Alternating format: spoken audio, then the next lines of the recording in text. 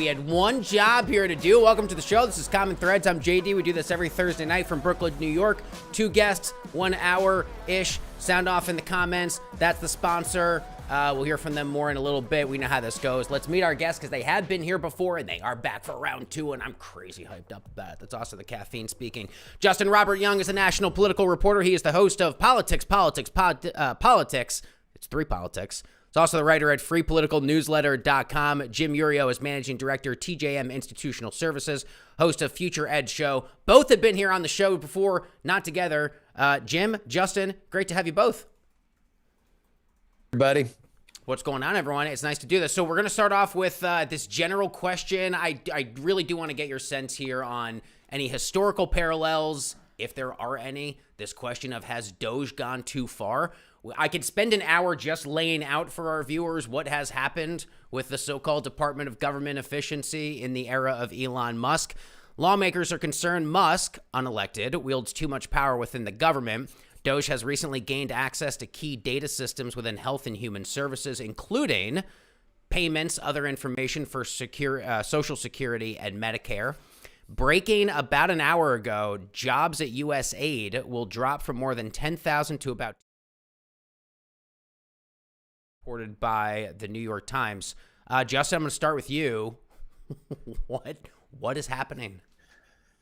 I don't know if there's a ton of historical precedent for this. I'm less worried about the idea that Elon Musk wasn't elected. I think it is kind of rich that Democrats are now upset about unelected bureaucrats having an effect on the American government.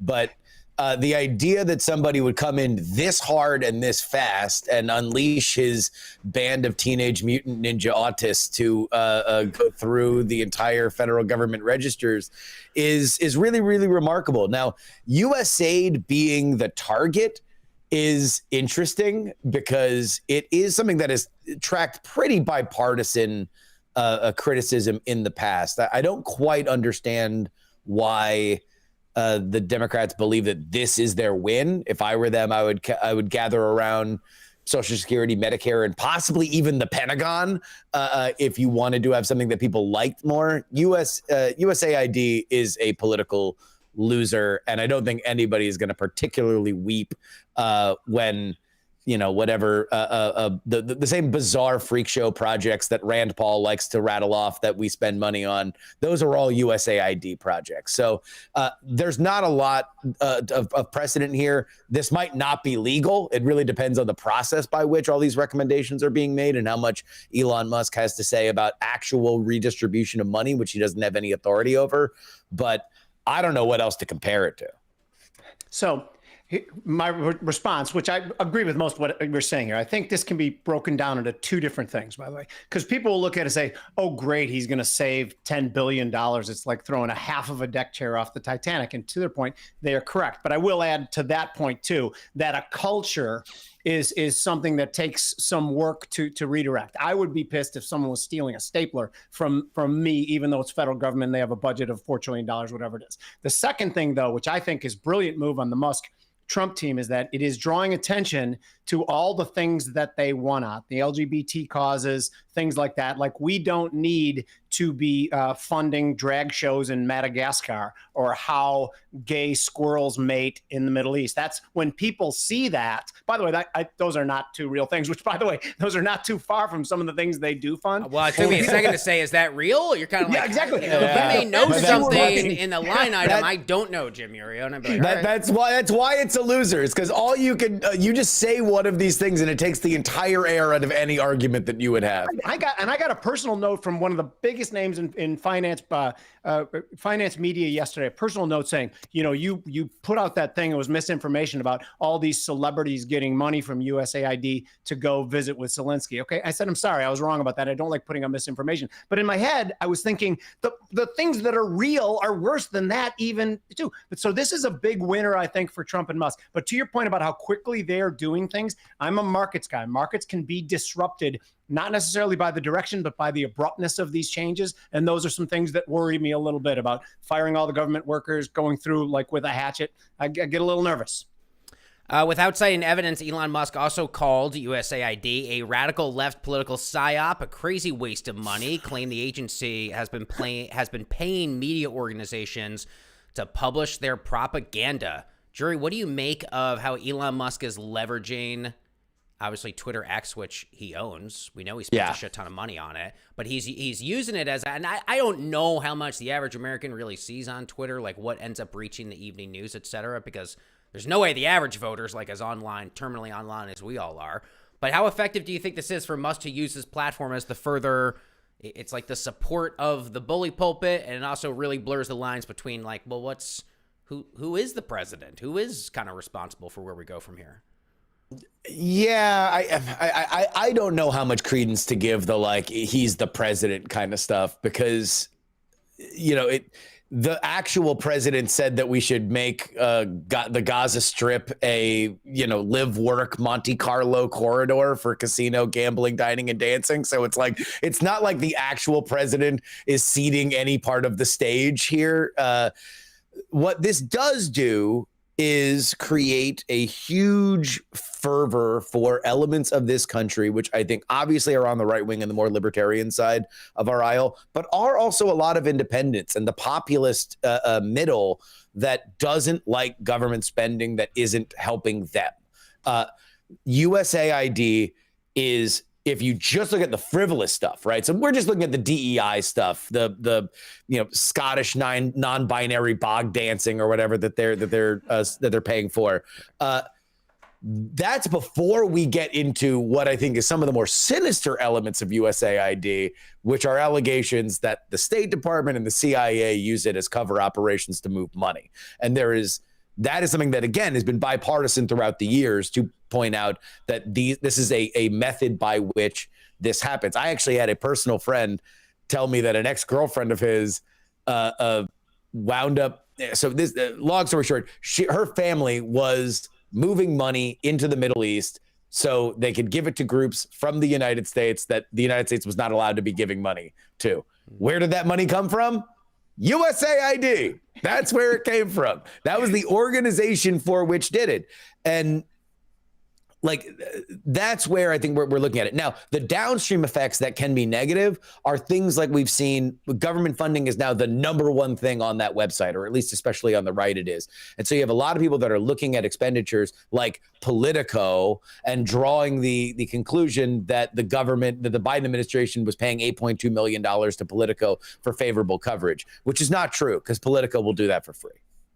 I'm glad you ended with that. I was about to go. No, but so the funny thing is the thing you guys ended up with giving money to media organizations is obviously the biggest part of this. We all know that Operation Mockingbird back in the 70s and 80s, where the CIA infiltrated media, is not a conspiracy theorist. That really happened. There is proof of that. Anytime the legacy media, one of their primary functions is to be a watchdog for government abuse. So anytime I see money crossing back and forth for that to me is bad. And by the way, I don't care what side of the aisle is doing it. The legacy media is supposed to point out things that they are doing wrong and take them to task for that, if they are their biggest sponsors.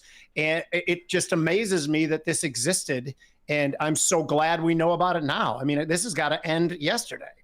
Jim, are there parts of the general fight against waste, fraud, and abuse you do support? And is there anything you've already seen, Jim, in the first few weeks of this administration that makes you say, for the love of God, that has the chance to go disastrously off the rails?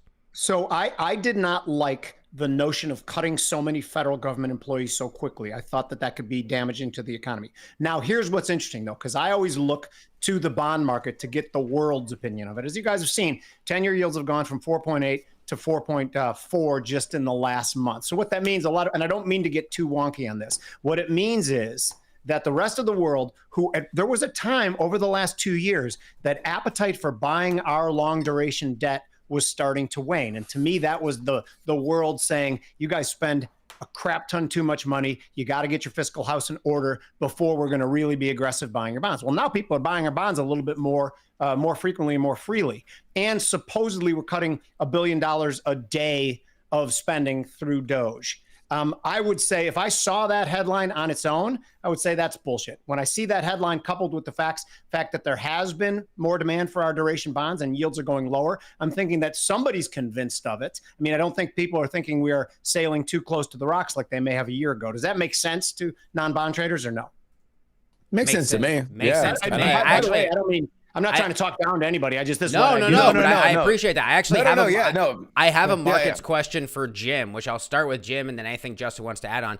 Jim, what is one thing every investor should remember when dealing with the volatile market under Donald Trump? So this is actually a great point, because I've been writing about this the last 2 days. When a president from the highest office in the land sends out these narrative word bombs, tweets that all of a sudden cause ripples and volatility in the market, that's an awful thing. And that's something that embarrasses me as an American. Now, that being said, a market that corrects hard or goes into a bear market, that's usually born on excessive complacency, like a years-long belief that the stock market only grinds higher. So paradoxically, his asinine comments that bring the stock market down, 3% in a day could be galvanizing the market a little bit for a better run. Every once in a while, someone's got to take a shot to the nards to remember. I'm trying to bring back nards. It was kind of like a 70s word. I hope you guys are coming. Do it, man. Bring it back. We got you. Every once in a while, someone needs a shot to the nards to remember that it hurts. Every once in a while, a risk needs to slap you in the face to remind you that risk exists. So this actually might be making for a stronger stock market, despite the fact that it's asinine that he keeps doing it. So I just want to, for keeping the scorecard at home, we've got Scottish non-binary bog dancing so far on the show. That was on my bingo card. And shot to the nards, got to admit, not on my card. That was a tough one, too. That pays a lot. Yeah, it was a really good one. Justin, your thoughts here? And it's this idea that Trump likes to say, he's so tuned into the markets. He famously said the market was going to collapse under Joe Biden. Obviously, that didn't happen. It did not happen. But, we've got this day. Like Monday was a fascinating session to me when Trump comes out and he's like, we all knew overnight we were in for this kind of bloodbath. And then this, whatever you make of this deal with the Mexico that he apparently made in Fortify, and it kind of like we reversed some of our losses, so it wasn't as bad as it's going to be. But man, we are in for 4 years of this, of the market, whether it's bond market or anything else, having every little knee-jerk reaction to this guy. Everyone pays attention to his megaphone. By the way, the Nard shot is a massive buy opportunity. That's one of our viewers. And my eulogy, I want to be known as the guy who brought back Nards. Nard man. The Nard man. Yeah, Jerry, go for it. Yeah, I don't know. You guys are more into the ups and downs of the market in terms of a day-to-day capacity. I view it as a pretty irrational actor no matter what. So the fact that they are acting on Truth Social posts to me is no more silly than when the entire tech sector took a shit because the Chinese company DeepSeek was lying about the amount of NVIDIA chips that they were using. 100%. Where it's like, even then the concept was, and I'm an AI guy, so this really was like, it was awesome to me because I was able to buy discount NVIDIA, which is amazing. But it's like they made a more fuel efficient car and the market's reaction was no one's going to buy gasoline anymore, which is just one of the dumbest things ever. So it's like, that's not a odd thing to me that the market would react irrationally. Now, the fact that Donald Trump tweets irrationally is something that, again, it's just part of the package. But then again, to me, the tweets are not as different than what he said out loud with his mouth standing next to Benjamin Netanyahu, which is the man who built his political career in 2016 on being the Republican that repudiated foreign wars and said the Iraq war was a bad idea and said he was not an interventionist, saying, well, the one exception would be if we put government money and troops to build a hotel on the Gaza Strip, the most disputed and violent land in all of the world, which, I mean, look, it's a lovely place in terms of the temperature, but that was a little bit odd. And he didn't have to do that with his fingers. He did it with his mouth. Can I ask you a quick question? Is that when he says something like that, and by the way, I agree 100% with all the things you just said. It is embarrassing that those kind of things come from the highest office in the land. But when he says building a casino in Gaza, is it the equivalent of like Joe Biden appointing that Rachel, whatever her name is, as the head of health? Sometimes it seems like they do things that are the most outrageous things just to poke somebody, and have us lose our shit. Is that possible or no? Well, I think that they do those things for different reasons. Joe Biden appointed the people that he appointed in the cabinet, some of which didn't make it because they were so underqualified, because there are a bunch of groups that say, we all need our person. Here's one of our people. And that's who got appointed. Donald Trump does this off the dome for whatever reason, because he looks at everything like a real estate deal. And so when he looks at the blown out hole that is the Gaza Strip, he's like, fixer-upper. I mean, look, like, you know, he's the first person. Look, the modern American involvement in the Israeli-Palestinian question really stretches back to the 60s to like LBJ, right? There have been many presidents since then. They've all looked at the situation slightly differently. Some are good, some are bad, depending on where your political perspective is. But Donald Trump is the first person to look at that region, look at the Gaza Strip and say, pro shop? We got the golf course here. You know, got the casino here. We'll you can fly come in. We'll comp you. Exactly. And look, there'll be a museum. We'll tell all about what was there before. It'll be very respectful, very beautiful. Yeah. So I don't know. I mean, I don't know what. I don't know why he does it per se. I mean, like, if you want to do the 5D chess, which I am always loath to do with him because I think he's such a off the cuff kind of actor that it's dumb to read any genius play into it, is that what America really wants and has wanted, this is bipartisan, the Biden administration wanted this too, is for Saudi Arabia to take control over the Gaza Strip. They want, that's an actor that we have a good relationship with. They want to normalize relationships with Israel. They care about money. They don't really care about the Palestinians because they spent more money on Phil Mickelson than they have on the Gaza Strip over the last 5 years. But that would be what we want. And so to say Donald Trump saying, well, you know, I could build a hotel there, maybe that gets Mohammed bin Salman off his ass to say, all right, fine, here's a few billion. Let's put, you know, our military there to make sure that it is devoid of Hamas over the next, you know, rebuilding period. You know what's interesting? If you go back and you watch that press conference alongside Netanyahu, there's a clear difference between everything President Trump is reading versus what President Trump picks up his head and starts talking about. You're dealing with two different presidents, and you kind of go back and forth. And I'm not talking like it's a higher stakes version of what you see Trump do at the rally, which is it's very clear when he's reading prompter, and it's very clear when that Trump brain comes in and goes, all right, fucking watch this. Stop the prompters. Yeah.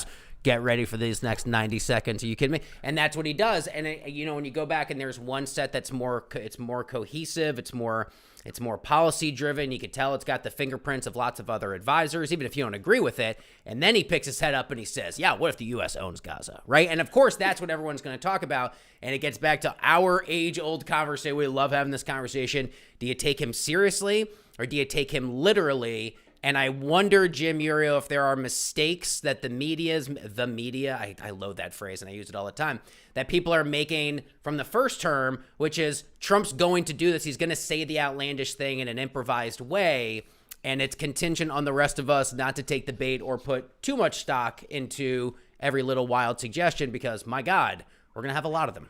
So I've been writing about this for 2 months since the election. And my belief, and I was firm in this belief, and I was so damn sure, is that the market understands Trump now and wouldn't be having wild gyrations off of everything he said. I was wrong. And I don't understand it. Like the tariff tantrum on Monday. Like, you know, it wasn't actually in the morning. I was on a show and I was like, well, no, this sounds serious. And about an hour later, I'm like, shit, this is going to get resolved. He's got these people coming here. So he backs off things. He likes to anchor a negotiation and then walk back to act like he got a win. That's fine. There was something I wanted to say to what Justin said too. He might not, I don't believe he's playing 5D chess and he's the genius that some of the MAGA people think he is. But I do think he's very good at manipulating the media into, you know, watch the hand and take the viewpoint off of something else that might be going on as well that he doesn't want as much attention being on. Is there a possibility that it's that simple, Justin? See, I never really agree with that idea because it's more of a perspective of the media that wants to be rewarded for finding the thing that he doesn't want you to find. In reality, Donald Trump is a very simple creature. If you care about it, he wants to talk about it. There was a reason why part of like the chrysalis of him on social media was talking about the Twilight cast love life, not because he was a natural fan of the Twilight series. It's because people cared about that and they were talking about it online. So it's like, if it's controversial and people want to talk about it, he will want to talk about it. He goes where the heat is.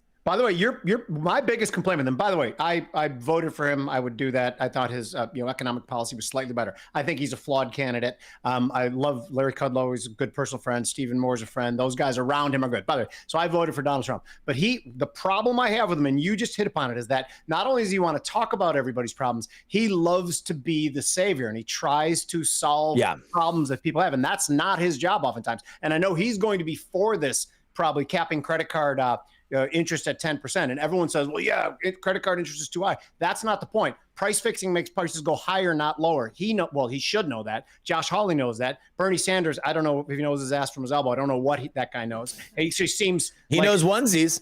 He know what? Oh, the onesies. Yeah, I was like the onesies. I'm gonna be honest. I don't know this reference. Hold on. Can I hit pause for a second?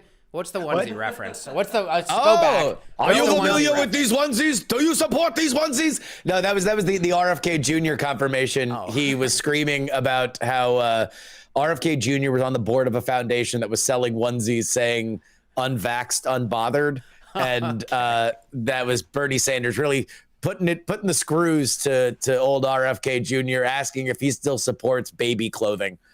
Love that. Okay, thank you for the. I'm sitting there. If I'm like, if I don't know it, someone watching it doesn't know it. All right, Jim, go ahead. I didn't mean to interrupt. No, I think I was pretty much wrapped up talking about the I'd love to branch into the RFK discussion too, because so many people have said to me, he doesn't know shit about health. He has no. Yeah, okay. He's taken over. He's taken over groups that have done nothing but make mistakes. Made unbelievably grand scale mistakes in public health over the last 30 years. And I'm not even referring to anything involved with the vaccines or COVID mitigation strategies. I'm talking about the food pyramid. I'm talking about pushing frosted flakes over eggs. So RFK being in there, that's perfectly fine with me. But anyway, I know you guys didn't want to branch into that too, but RFK came up. So it's like something comes up. Everything's open. Let's go to RFK for a moment. I'm going to give you guys a minute.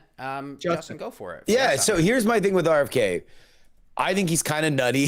I think that he's got some weird takes. He's like every Kennedy in that he just assumes that he should be making all the decisions because it's his birthright. Obviously he is the black sheep of that family, as Caroline came out and called him like a weird predator, an animal killing psychopath or whatever. But right now, he's one of the most popular politicians in America. If you look at polling, he has activated an element of our electorate, specifically with moms, that is worth paying attention to. And I think it would be foolish to dismiss them as just anti-vax kooks. They are a part of our fabric, and they really, really like him. The best case scenario that I could see is that if he's in HHS, we have a big problem with faith in our institutions. And the way that we've looked to solve it in the past is just by saying, hey, dumbs, get smarter. We're making the right decisions. And then when they make a wrong decision, they say, well, that doesn't count. You're stupid. Vaccinate. Like, that's pretty much it.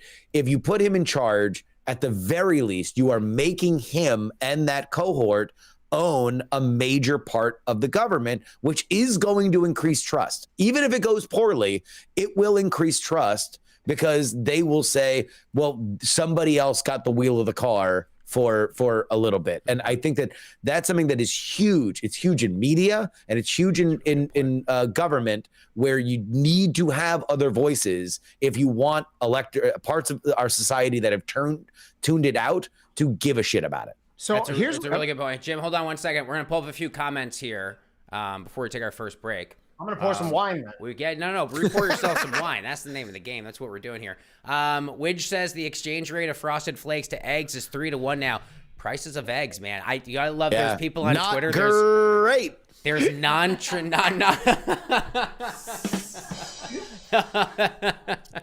Correct. All right, we're done. Have a good night, everyone. Thanks for watching. Disneyland needs Disney World to Trump Tower. Gaza. That's that's that one on Gaza. Elon Musk going gangbusters, and he needs to keep going. There's a lot of people out there. They're like, you know what? The whole system's fucked. Just break it all. Start from scratch. If Musk's gonna go in there and blow it up, let it happen. Trey Holland also says they're just freaking out because the strings are coming apart and they're going to get caught with their hands in the cookie jar. They being, we think, government officials here. I think that comment slants toward the left, which I don't think it fairly, I think it should be just government officials, but I think people who are coming out and screaming this are mostly people on the left. I think they're partially wrong. I think anyone would steal the money. Okay, do you know anything about this? Can you guys talk about this lady who ended up a celebrity in Pakistan by getting ghosted and staying there? Justin, take it. Number one, big shout out to Andrew. I'm glad you're watching the show. I have only seen the viral clip that everybody else has seen. Apparently, there is a very, very animated woman, I think from New York, who catfished a young Pakistani teen to believe that she was a beautiful woman, and he agreed to marry her. So she came to Pakistan looking to get married, and the kid found out that she got catfished, and so she won't leave Pakistan until she gets paid off. And so now she's become this media celebrity as the woman who won't leave until she cashes a check. No notes here. Yeah. No notes, no context. I was today years old. Okay, wait. Jerry, she's from New York? I think so. Wow. It felt although, to be honest, her plans and finances quickly unraveled. Reading the text on screen for this is very funny. Sorry, Justin, go ahead. Yeah, it would have to be either New York or my home of South Florida, because that is the only place where you get this level of scamming. Like, this kind of high level, go all the way out there scamming really only happens in a few pockets of America. Man, this is incredible. I'm glad we got that. I love when there's like a great topic on the show that we weren't prepared for that just kind of comes up. Trey also says, hi from the free state of Florida. Free state. Let's go. Let's go. Shout out to Florida. And then a big shout out there for Jerry. Jim and Justin, hang on one second. We're going to hear from our sponsor because it's nice to pay for dinner from time to time. They keep the lights on. Folks, if you're serious about investing, you got to know all about public.com. It's where you can invest in everything and anything: stocks, treasuries, options, crypto. They offer some of the highest yields in the industry. Like right now, I checked it before the show, 6.8% yield you can currently get with their bond account. It stays locked in even as Jay Powell and the Fed continue to cut interest rates. We'll probably get a few more cuts later on this year. It's no wonder NerdWallet says Public earns high marks for ease of use and investment selection. What sets Public apart is how they give you all the tools you need to make informed investment decisions. A built-in AI tool called Alpha. You can ask it any question in the book about any stock. You can receive earnings calls breakdowns the minute that the calls are over, and you can know why a stock is moving, not just that it is moving, so you can actually understand what's driving the performance of your portfolio. Investing for those who take it seriously, public.com/CT to learn more, or please go ahead and scan that QR code because our producers made it. It's a really nice graphic, and and shout out to the producers and everyone who made that happen. Shout out to the folks at Public. All right, Jim and Jerry. So to this point about Trump, I am curious your take on this. Hold on, it's not. Are we doing the trans part, the trans bill thing? Yeah, there it is. What am I trying to find? Here we go. Okay, it's not so much the story of what Trump did with the so-called trans ban at the White House, whatever. It's the polling I've seen. This is New York Times Ipsos about the percentage of Americans largely in support of Trump's position on something like this. Most Americans overall, 79%, including 67% of Democrats, agree with Trump. Moreover, the share who want a ban like this is up from 62% to almost 80% since 2021. Jim, your thoughts on this? Obviously, a lot of people are inclined to say, well, statistically, this is such a small percentage of athletes, but clearly this was a big one on the campaign trail, and here we are in the first 100 days, Trump doing something. It was a small number, but it was like 600. Jennifer Say and Riley Gaines, who had been in contact with about this thing, we had Jennifer Say on our show. They talked about the instances of it. It was 600, 700. And this was when I had her on about a year ago of biological men playing in women's sports. By the way, the headline about Trump should have banned biological men playing in elite levels of women's sports. When you word it that way, it almost seems like you're trying to control rec leagues and shit like that. I'm talking about like at college level sports, that it's the right thing to do. But you look at the Democrat, it says 64% of the people support Trump at this. Bullshit. Those other 36% of the people are just the kind of lunatics on both sides have, that they really love to piss off the other side. And that's why they're pretending. Nobody understands sports. I've coached sports for 25 years. I coached women's sports for 15 years. The notion that a biological man doesn't have an advantage in college level women's sports is absurd. I was like probably could have hung on at one maybe Division III college basketball school when I was younger. I would have been the best women's basketball player too. And by the way, if people are looking at me saying, "Oh, you're full shit," I am not full shit. I have data to back this up. We've run some Meet me on the court. Jim will cross you over. He will humiliate you. No, and I don't want to. I'm not Clay Travis. I don't want to. Just the whole thing was absurd. When John McEnroe was taken to task for saying that Serena Williams couldn't beat the 500th ranked men on the team. By the way, it's easily statistical to prove. Just go to like the Illinois State high school 100-yard dash records for boys in 1 year, and then compare them to the Olympic level 100-yard dash runners for the women. It's not even anything worth discussing. I'm a huge fan of women's sports. Like I said, I coached women's sports for 15 years. I liked coaching it better than men's sports. But this was a nonsensical thing that if you agreed that trans women should play at elite levels of sports, you're an absolute idiot, or you don't understand biology, or you don't understand sports. This was crazy to me. Justin, I wonder your thoughts, because, I mean, to Jim's point, it's, he makes the separation between elite level and rec league, which I like, because that's more nuanced to the conversation that we've had. Obviously, a lot of this is as with everything, it's messaging, it's political posturing, it's the strong visuals. Those are strong visuals, Justin. Oh, yeah. For good or for bad, and for everyone who's just this was clearly a TV guy. Right? I mean, look at this. I mean, the showmanship, no pun intended for saying showmanship, but look at this. Yeah, from the same campaign that had him at a McDonald's and had him driving a trash truck and everything. Like, they understand where the visuals lie, and he's always been very good at that. You're right. I'm very glad that Jim pointed out the rec league stuff, because that's always where the most sympathetic counter arguments to this lay are, like the small town where the soccer team has 6 people that would play it, and so somebody from the opposite genders is playing on it that identifies in a certain way. Here's the reality.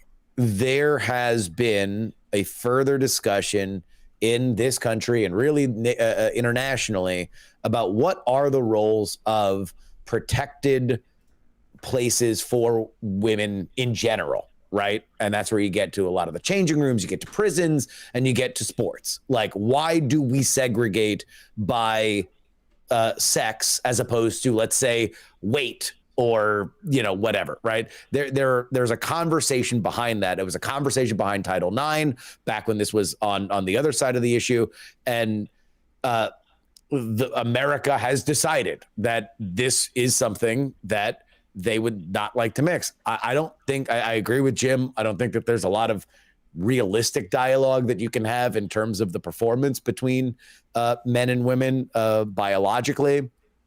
If this were something where the blending was a lot closer, I think you'd probably have seen a woman in the NBA by now, because they would just be able to shoot that well, especially as the game has moved out to the 3-point line. So that's not the case. This was a dead winner of an issue. And I think that there's a fascinating book to be written about where LGBTQ rights are now, from like the early 80s to the 2000s, when the Defense of Marriage Act was a winner for the Republicans, to now where, like, quietly bipartisan, gay marriage became the law of the land.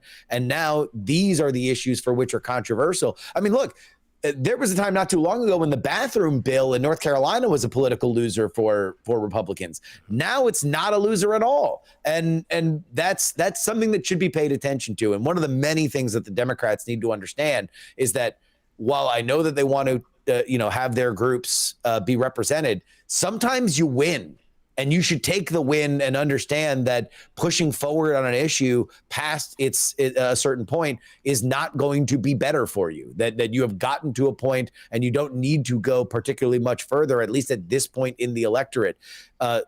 Gay rights or LGBTQ rights, however you want to define that thing, did not become unpopular because of their gains. They became unpopular because of the stretch goals, to put it in a crowdfunding term. Yeah, and I like that comment we just had from, I think it was from Courtney. It said, why is this even his priority right now? You both make a great point that this seems to be a pretty clear political winner. I also think it's true that at the same time, this only became an issue because Trump manufactured this as an issue. I think people gave a shit about this a few years ago. I think No. Trump, no, well, I don't want to say completely, created from scratch. I think he was able to identify something that still statistically impacts an incredibly small amount of communities, and knew to make this, blow this up and make this a bigger national issue. And I'm not saying even that he's wrong. I think it feeds into why he's doing this now. But do you disagree? You think this is... No, he found this because it was becoming a gigantic issue. Okay. They made the most like dunderheaded caveman Neanderthal right-wing people give a shit about women's basketball. Like that's to the level that it was popular on the right, and to the level that women's sports became more popular largely because of this issue, because there was a level of excitement around it. Yes, Trump popularized it, but he found that one on the street. He did not invent it. Too? So there's a couple things too. Someone put up a comment about, you mentioned it shouldn't just be elite level, it should be high school too. I consider high school at the top level in high school to be the elite level too. I'm talking about rec levels behind that. By the way, it should also be mentioned in this discussion too. Like people look at it like there's women's sports and men's sports. There's not women's sports and men's sports. There's women's sports and open division. There's been at least 10 college football players who've been women over the last 20 years. Every one of them has been kickers. There's obviously never been women playing in basketball. It's a different game that's about, obviously about athleticism the whole time. Kickers a specific skill. I remember when the Indiana Pacers tried to have, I can't remember what the woman is. They tried her out 25 years ago, not realizing that you're going to get the crap beat out of you if you're a 6 foot tall woman playing with 6'8" broad shouldered men. But anyway, so these are open divisions. So like you mentioned the word safe spaces, Justin, I thought there was a brilliant way to say it. Donald Trump protected that. But to you, JD, yeah, I think it was going on. Leah Thomas made this a big thing. And by the way, I was tweeting out stuff today too. I think we should, the right and the libertarians like me, we will fight for your right to be who you are. And I want to treat these people with kindness and compassion. But it is not fair for that when those two girls in Connecticut finished second and third to a transgender person in the 100-yard dash, they worked their ass off to get to that level. And to have that taken away by this is unfair, regardless if it's 10 people or 10,000 people. Is there another social issue, kind of comparable social issue that seems like divisive of our communities to a degree that you expect Donald Trump to act on next in a similarly kind of he's already done the trans youth. It's school choice. That's the next. Oh yeah, no, that's certainly on the right.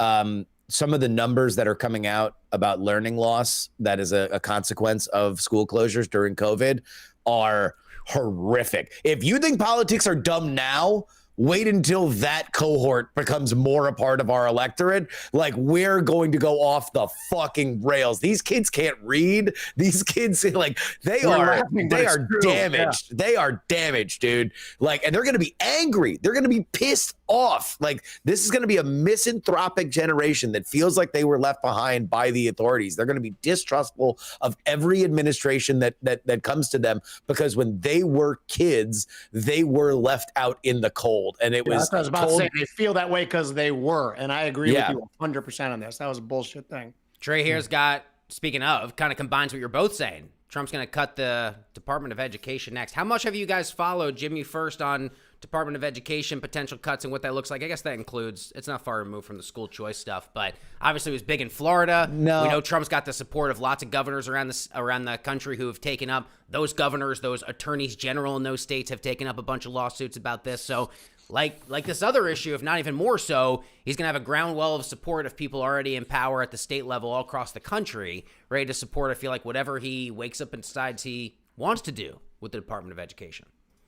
So you want me to take that one first? Because I go back to Milton Friedman. I basically think there are three functions that we can all agree on the federal government being involved in: national defense, interstate crime and property rights, interstate infrastructure. Anything else they get involved in seems to go to shit. Education is one of them. And that thing didn't say cut the Department of Education. It said gut the Department of Education. Was a comment from our viewer. I think it should have been a C instead of a G. I want to cut the Department of Education and leave that up to the states. And by the way, I'm in a failing state. I'm in a state that if compared to any of our neighbors, I'm in Illinois, if compared to any of our neighbors, we will lose. The only reason our bonds trade where they are is because there's an implicit guarantee from the federal government that they'll bail us out if we do something really stupid. Spoiler alert, we've already done things really stupid. I think there should be no federal Department of Education. I think that states should be left to fend for themselves. The beauty of this whole country was we were supposed to be a loose confederate of 50 states that competed against each other in a very dynamic fashion. And that's where the best outcomes came. The Department of Education is a foolish, ridiculous organization. If I was president, literally 10 minutes after I was president, that thing would be gone. Yeah, it's been a libertarian wish list item forever since its inception. I mean, people did, because it was created more recently than it was Jimmy Carter. So like, it's not like this was a founding father's idea to have a Department of Education. It was, and also it's like it does some things that I think are good, although I would probably have to look at it closer. Like it gives out certain grants and stuff like that. Other than that, 99% of education is handled within the states and the counties they're in. They determine curriculum. Like there's like loose guidelines that are put out by the Department of Education. But the argument for cutting it is that we could cut it and nobody would notice, aside from the grants, which is probably gonna have to be put somewhere else. Good. We're on the same page. I was going to say, I'll be your vice president, but then I'm like, shit, you can be my vice president. We'll do whatever you want. Yeah. No. Yeah. I'm younger. Yeah. I can do it. Yeah. You're younger. Right? Okay, let's do, why don't you guys hang out 1 second? Let's hear from our sponsor here for our second time. We'll continue this on the other side. We got a fun one here cooking. Folks, time in the broadcast, we hear from our folks over at Public. You're serious about investing, you got to know about public.com. It's where you can invest in everything, stocks, options, crypto, treasuries, you name it, they got it. Some of the highest yields in the industry, 6.8%. You can currently get with their bond account. It stays locked in even as the Fed cuts rates. It's no wonder NerdWallet says Public earns high marks for ease of use and investment selection. They got this really cool AI tool called Alpha. I'm not just saying it's really cool because they sponsor the show. I say it's really cool because I've used it and it is awesome. It doesn't just tell you why an asset or that an asset is moving. It tells you why that asset is moving. It's all about becoming a more informed investor, having that necessary context. Ask Alpha any question about any stock, get the earnings call breakdowns as soon as they're over, know why a stock is moving so you can actually understand what's driving the performance of your portfolio. Investing for those who take it seriously, public.com/CT to learn more. It is slash, right? It's not forward slash or backslash. It's slash. Public.com/CT to learn more. All right, Justin and Jim. So we're doing this conversation at 7:45. We're in the final, the home stretch here. This is, of course, I've been so excited for this one. This is the last show before the Super Bowl. We're all sports fans, and I've been excited to have two history brains like yours because this is going to be a history-making Super Bowl in terms of the presidency. Donald Trump will be, in a few days' time, the first ever sitting president to attend a Super Bowl. We have had 3 vice presidents in history: Al Gore in 94, Herbert Walker Bush in 82, Spiro Agnew. We got an Agnew reference on the show. Now it's a party. He was there at Miami's Orange Bowl in 1971 when the Baltimore Colts beat the Cowboys. Even more so to the story, the NFL, for the first time since 2021, coincidentally on timing, I don't know. I'm curious what our viewers think, to remove the words "end racism," the messaging there in the end zone. We beat racism, folks. Game over. Don't worry about it. If you've watched the NFL, you know that this has been a big part of their broadcast and a big part of the on-field messaging now for the last few years. Not for this game, it won't be. Trump will also appear on Fox News for an interview. The first time in 3 years a sitting president has agreed to a network interview for Super Bowl pregame coverage. Of course, Joe Biden, no, he's not going to sit for an interview. But Trump is back at it. Trump is at the game. Trump ended racism with the NFL sideline. That's what Mighty DH has to say. Justin, first to you, your thoughts here on either the big man's historic visit down to New Orleans for this game, of course, a community that has had its own fair share of tragedy. There's a lot of different places here for this story to go, but I'm curious what stands out to you as we await to see what the interview looks like. And then, of course, Trump coverage. Could Trump steal more of the oxygen from Taylor Swift? Oh, man, it's going to be historic, JD. He's going to be the first president in American history to be saying a minor during the halftime show. It's going to be fantastic. Look, Donald Trump is synonymous with the NFL. Donald Trump may not be president if he were allowed to buy the Buffalo Bills, which is what he's wanted to do. Stephen A. Smith often tells that story that when he was denied the ability to buy the Bills, he said, well, fuck it, I'm running for president. So I look forward to him going on Truth Social and complaining about the kickoff rule, which is the thing that he always does whenever he winds up being around the NFL.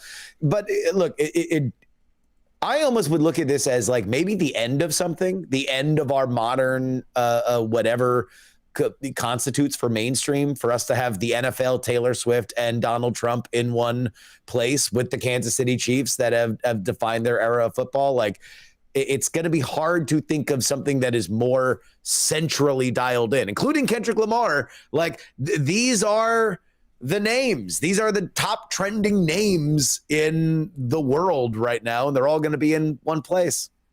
It's also, I mean, it's a separate conversation, but like the whole thing with like Kendrick Lamar, maybe not performing the Drake diss song, which then goes on to win Record of the Year at the Grammys, like that song. And it's like, how are you not going to play it? Of course, going to play it. But Jim, I mean, I'm curious your thoughts here, because it's not an apples to apples comparison. Don't come at me in the comments, but you know, as we're watching the Metas and the Targets and the McDonald's of the world adjust, that's a delicate way to put it, adjust their existing DEI policy, a sense of a lot of institutions and corporations and major conglomerates saying maybe we overcorrected, or maybe we corrected, now we're trying to correct the overcorrection socially. Do you see this at any degree of the National Football League kind of doing this on the biggest stage possible, the first Super Bowl of the second Trump term? Yeah, all those things you mentioned, they're a bunch of wimps, and they saw the wind change course, and now they're going with that too. They never had an ounce of skin in the game to begin with. I remember the movie Concussion. Albert Brooks gave the greatest line. He said, football is the American pastime. Football owns a day of the week. Do you know who they took it from? They took it from God. And that's a truth. That's a true thing. That football did take it from God. Now back to the end racism, BLM, stop hate. People turn on sports for escapism, to forget the anxiety of the real world. I was so pissed. And by the way, I love football. So I continued watching it, even though these messages I think were 100% inappropriate. I own a bar restaurant, and if one of my waitresses leaned over at a table when she was serving them their ribs and said, which, by the way, we're trying to end racism here, are you with me? She'd be fired, and I want to end racism. But clearly we've ended it already. Now on to the Kansas City Chiefs, by the way. I have reached such peak Chiefs, by the way, and Jason Kelsey, who's on every commercial, as is Patrick Mahomes. I love watching Patrick Mahomes play. Kelsey's fine too. But let's rewind the tape a year where that wimp was on the Pfizer commercial plugging the COVID vaccine, but not actually saying he ever took it. He just said, I love two things at once. You're going to take all that money from Pfizer and you're not going to look in the camera and say, yeah, I got the vaccine. You should too. To me, I've lost 100% respect for him for that deal. And by the way, I need to know from you guys, am I just being an old curmudgeon? Am I overreacting or that? Or is that an actual legitimate beef that I have? And I can take it if I'm not. Justin, you go first. It seems weird.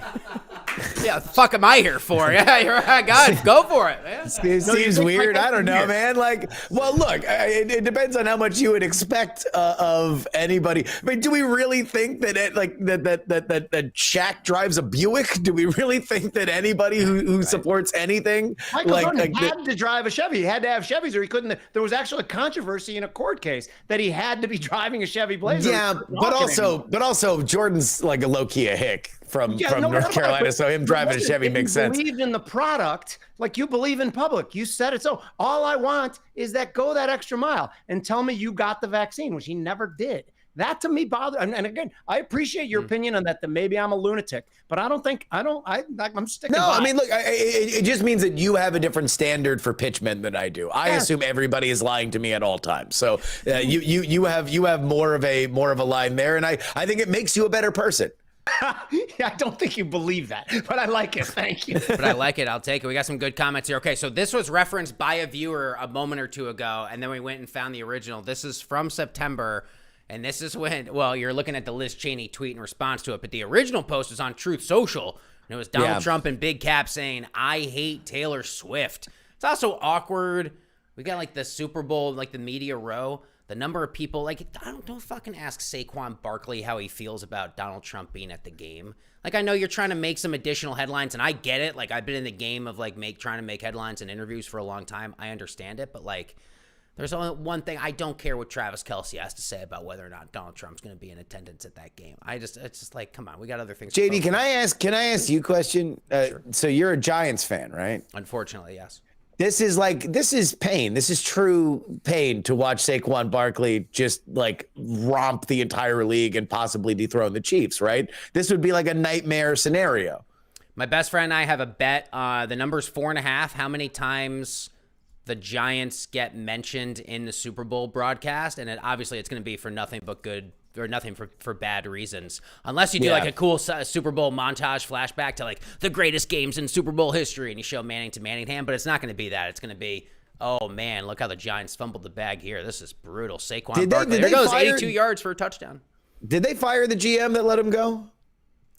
Well, yeah, that let him go. No, Joe Shane is still there. That was last year. Shane That's ridiculous. Shane is renewed. That's an ejector seat. Like you should be catapulted into the East River. Like that's insane. Unpopular take for Giants fans. I said stick with Shane. Give Shane and Daboll one more go. They had a great draft class. We don't have to get too off topic here, but let's see what happens. Yes, and so I'll text all of you invariably on Sunday's broadcast. Saquon is arguably the game's MVP, and we're sitting there, and it's just the New York Giants catching strays after strays. No, the two best players in the NFL, in my opinion, arguably Saquon Barkley, Micah Parsons on the defense. Both played at Penn State. I watched Big Ten football. Why didn't they dominate in college? This boggles my mind. Like I see them dominate. Micah Parsons sometimes looks like the only guy on the field for the Cowboys. And then I watched him at Penn State, by the way, and he was good. Like I don't know. It's just so weird to me that Penn State didn't just romp with those two people on the same team. But anyway. Yeah. It maybe takes a little more development at the NFL level. What the hell do I know? Could be, right. I'm just watching and drinking beer like everyone else.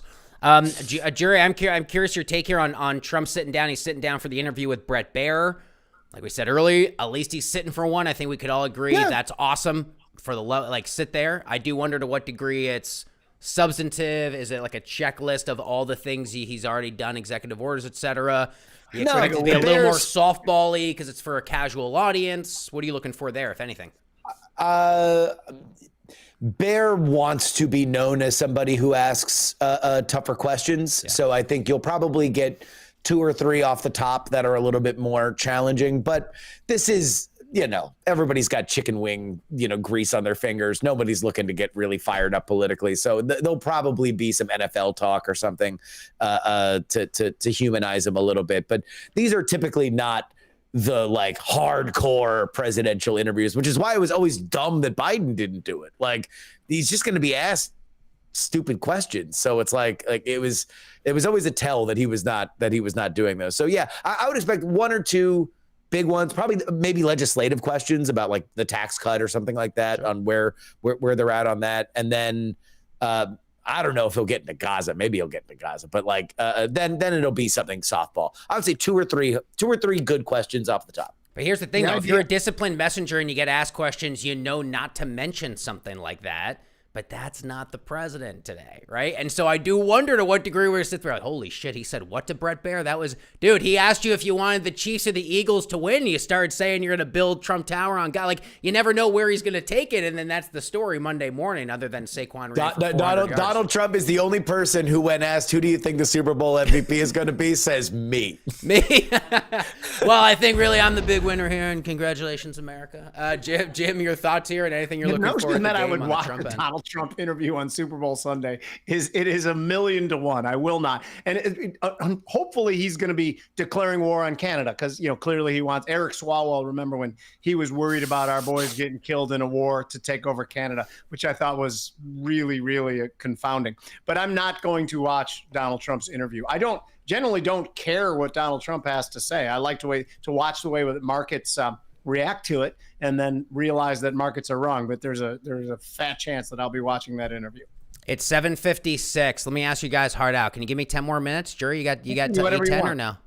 I got to pour a little more wine. I got 2 thumbs. You pour all the wine you want. You got a wine or a beer too. Sometimes we do a fake segment on the show, Jury, called Beer Run. You got a beer? Okay. Is there anything that you're drinking? I'm just kind of curious. No, the house is actually a little dry because I haven't done my Super Bowl party shopping yet, but I do have How many my people you C-SPAN having? mug. Yeah, I was Your going to Super ask you Bowl hosting. Well, it's gonna be a small gathering because I have a newborn, so it'll be just a few people from the neighborhood. So it's your newborn's first Super Bowl. It's your It daughter's first is. Super Bowl. That's exciting, It is my daughter's first Super Bowl. She was born right at the beginning of the season, which was great because I was doing nothing but watching. God, so much football this year, so much college football, so much NFL football. It was great. I don't know. I should have a baby every year. It Can I just ask means you I a get to watch that much question, football. Justin? Yeah. Because you look and act young, but your hair is gray. I assume that's premature gray, and you have a newborn. How old are you? I am 41 years old. Okay, so that's perfect for a newborn. I'm 20 years older than you. If I had a newborn, it sounded like it would be absolutely exhausting to me. But you're ready to handle it. Yours clearly moisturizing too, man. You look great. I gotta say, Justin. Well, like, I have, you both you know, do, my, but, like, you know. my college roommate used to say that I could go for 5 different ethnicities depending on the hat. Like, so if I had like a sombrero, you'd think I was Mexican. If I had a fez, you'd think I was Moroccan.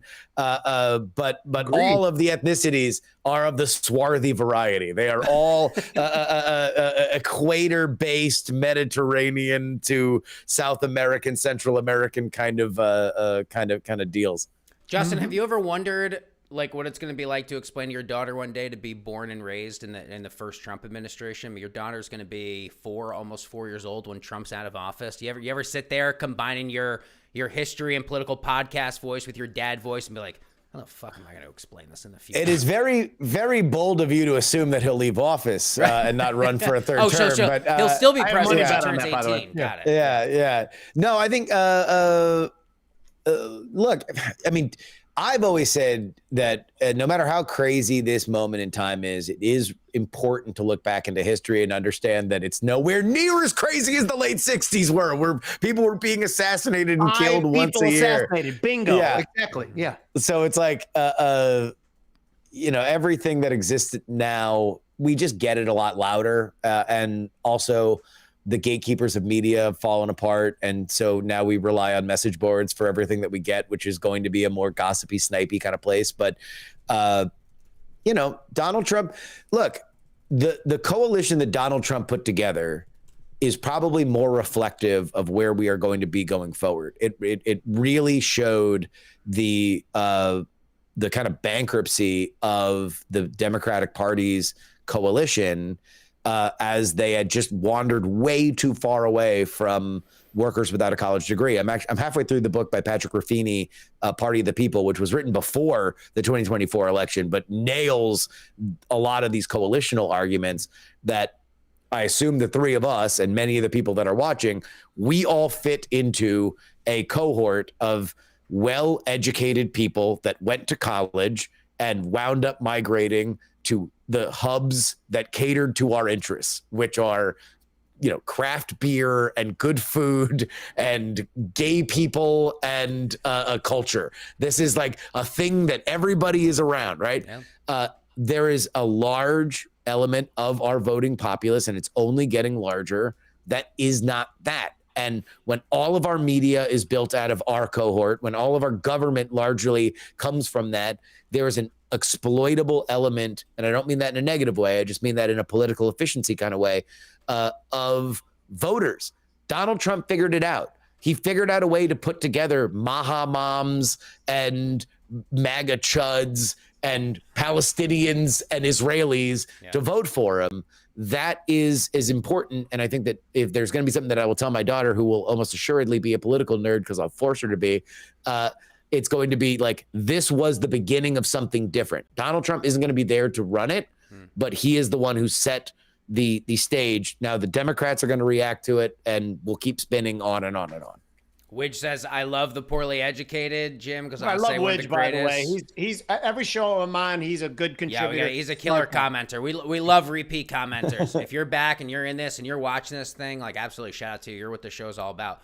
Can I comment on something that you guys just talked about Donald Trump and the craziness? By the way, I was going to say the same thing he did. The 1860s were a little crazier than the 1960s when everybody picked up guns and decided to kill each other. 1760s were probably pretty weird too. So fortunately, the 2060s I probably won't be around for.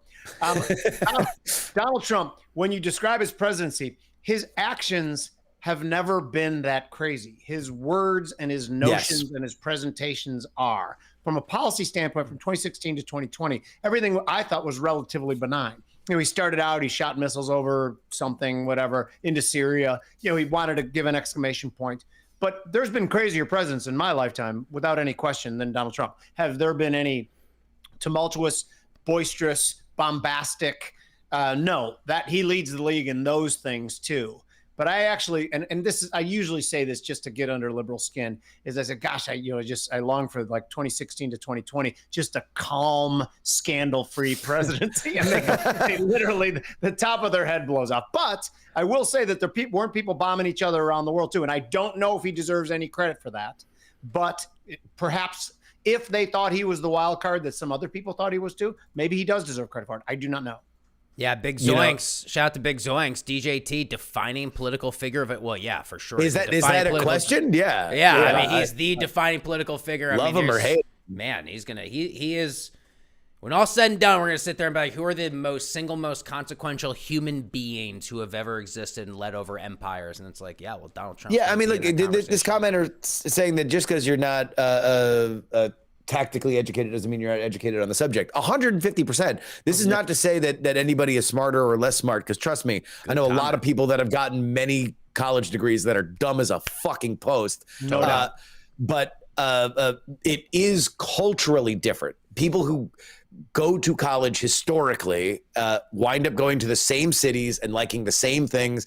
There was a poll, again, I'm quoting from this Ruffini book, that tried to suss out, it's like, how many times in the last year have you eaten at like an Applebee's or a Outback? How many times in the last year have you stocked your fridge full of Bud Light or Coors Light or Miller Lite? How many times in the last year have you listened to a Wendy Williams show? This was a few years ago. A Wendy Williams show in totality. And it's like, these are very popular things that the vast majority of Americans do.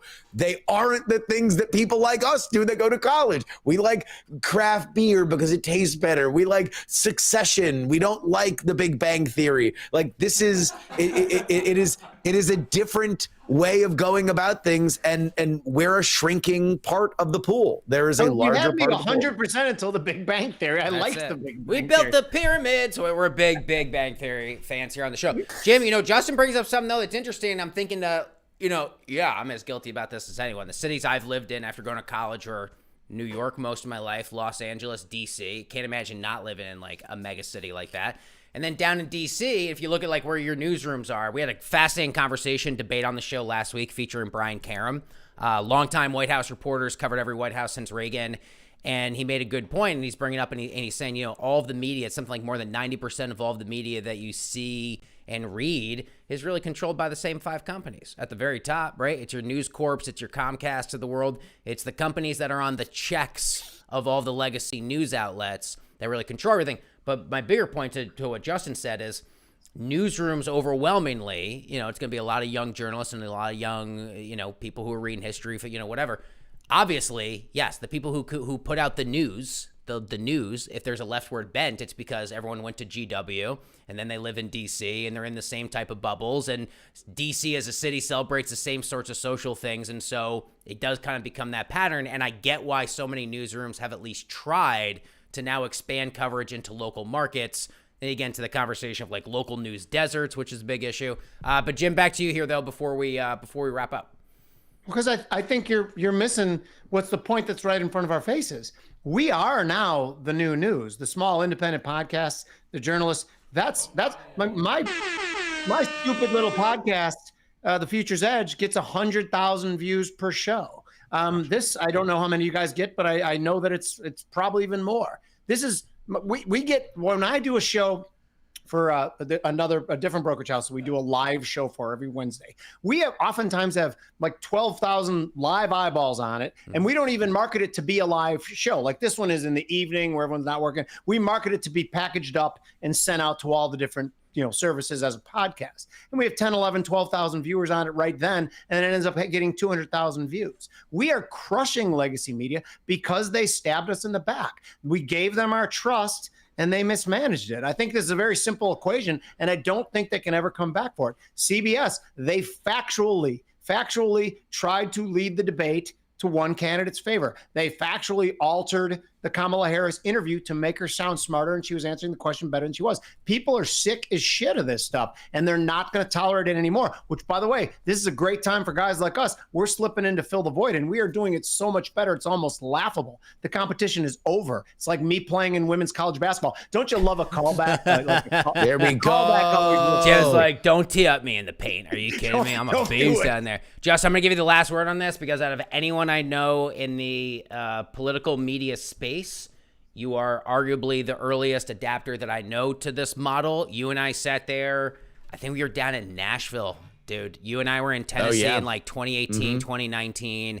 In my head and my time, I'm covering the Trump White House, and I'm thinking it's like, I got my legacy horse blinders on. I'm thinking, what's bigger and better than, that type of XYZ. Yeah. Meanwhile, you're sitting there, you and people like Heaton and Jen Briney and so many others, you saw where the puck was going so much earlier. I got to imagine, man, you don't see that toothpaste going back in the tube. Well, all right, let me actually step up and defend legacy media for a second, because I do think that it is worth redeeming. Now, I do think that they have a tremendous choice of very diverse, interesting, exciting creators for which they should probably be more drawing from than the same GW grads or the same Syracuse or Northwestern grads that they always pull from, that they're going to mold into whatever they're going to do. But something that's happening right now that I think is very bad for journalism is that, the Trump team and White House are suing some of these outlets. Now, that's not to say that I think that the outlets don't deserve to be sued. Some of them do. But the reason why they're settling is because of discovery. They don't want their text messages out there.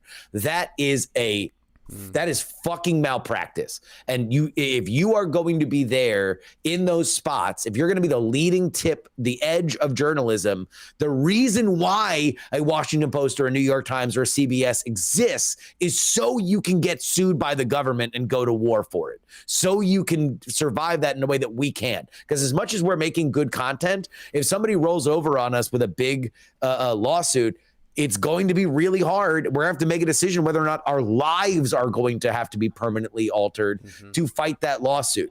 That's where big media companies really do exist. The fact that they're folding right now is an absolute shame. And that's where I don't want them to go away. I do want them to be reformed and understand that there's a huge role that they need to play in the media ecosystem. And if they're not doing that, if they're not just being rich and hiring fucking lawyers, what's the point of you? Here, man. I can't decide if I agree with what you just said or not, because I don't think there's a need for them, and I agree. What's the point of you? So you win that point. Yeah, that's really well said. All right, guys, hang out. It's time now for our fan favorite segment before we wrap the show. Say something. Nice. Every time we do it, I love it. So my producers mouth along with the words, and that's how I know when the cue is. Justin Robert Young and Jim Iuorio, you're no strangers to how we do this. Justin, I'm going to start off with you, and Jim will get our final word here tonight. To everyone in the great arena of political debate with whom you disagree, Justin, say something nice.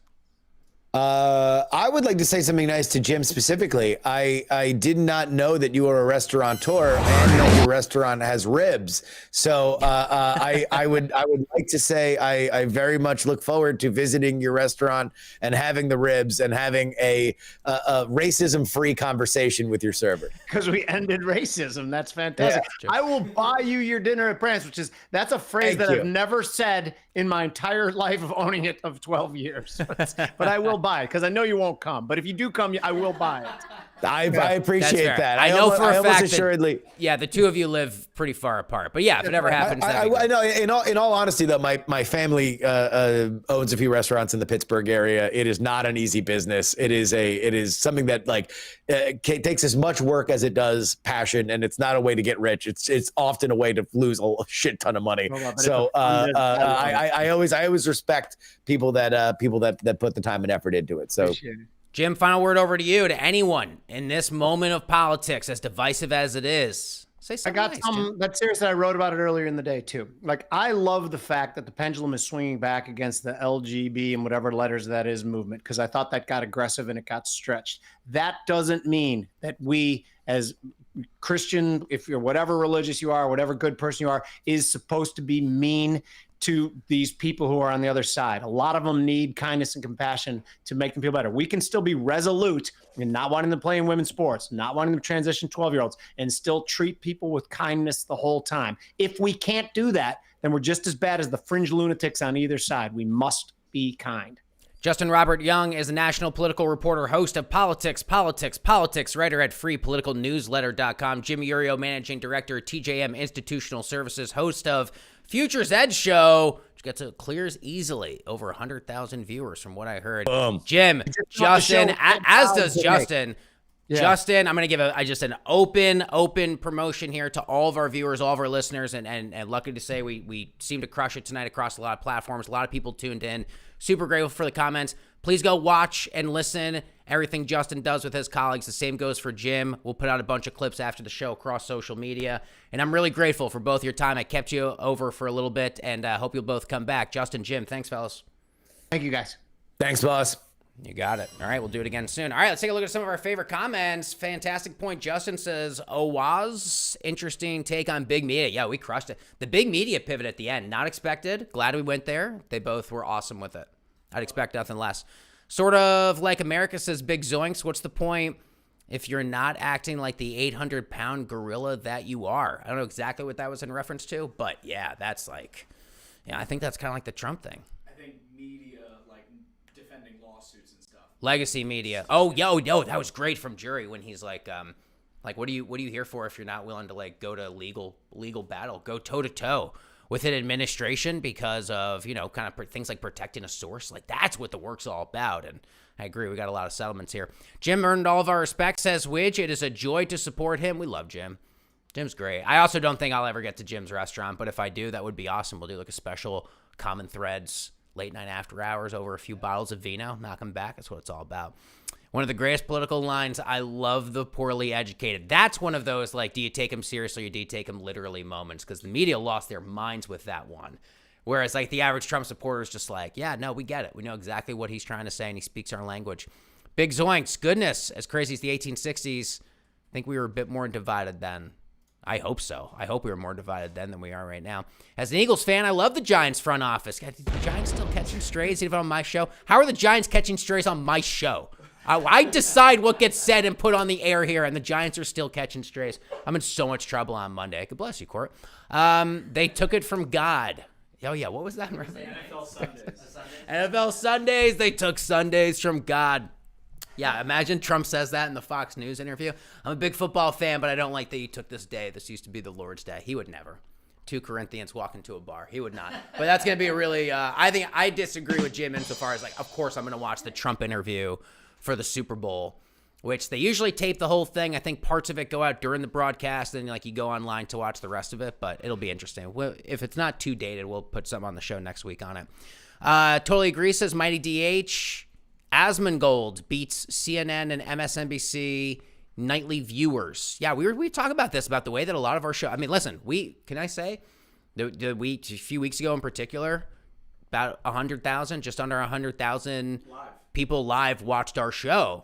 And I was very eager. I was very excited. I took it to the team and I was just like, do you recognize what, again, respectfully, a CNN or an MSNBC, a traditional cable net brings in like daytime viewers? Not an apples to apples comparison, but in terms of sheer size and scale and eyeballs, you really do sense why so many of the legacy names are kind of in panic mode and trying to figure it out and figure out where the puck is going. But that's why we built the show, to try and be ahead of the curve, and we're super grateful for everyone for tuning in. More cuts, more transparency. If we can shut the whole country down For a year and a half, we can cut programs and add back what needs added back. Totally understand. I don't know how the shut the country down for a year and a half thing goes, but you say, well, we kind of did it with COVID, like to stop a spread. I don't know if that's exactly what you mean, but and then ReStreamBot says, thanks, Big Zoinks. This was a comment from Big Zoinks. Oh, this was from Big Zoinks. Yeah, I had to repost it because it expired. Got it. It's a pretty well-produced video. Good switching between scenes, good B-roll, good chat interactions. I just want to be sure. This is a compliment about our show. Correct. And a compliment is this is a pretty well-produced video. Folks, you're here to hear first. Who needs to break viewership records when we've got a pretty well-produced video? I'm very proud of that. We should all be proud of that. Damn straight. Here at Launch Live Now. Let's go, folks. That was an awesome show. Who lives in a pineapple under the sea? I think it's time to go. Join us again next Thursday night. 2 new guests for a whole new hour of everything you missed in the great wide world of politics. Enjoy the Super Bowl. I begrudgingly say, I guess, go Birds. Enjoy the game. We'll see you next week.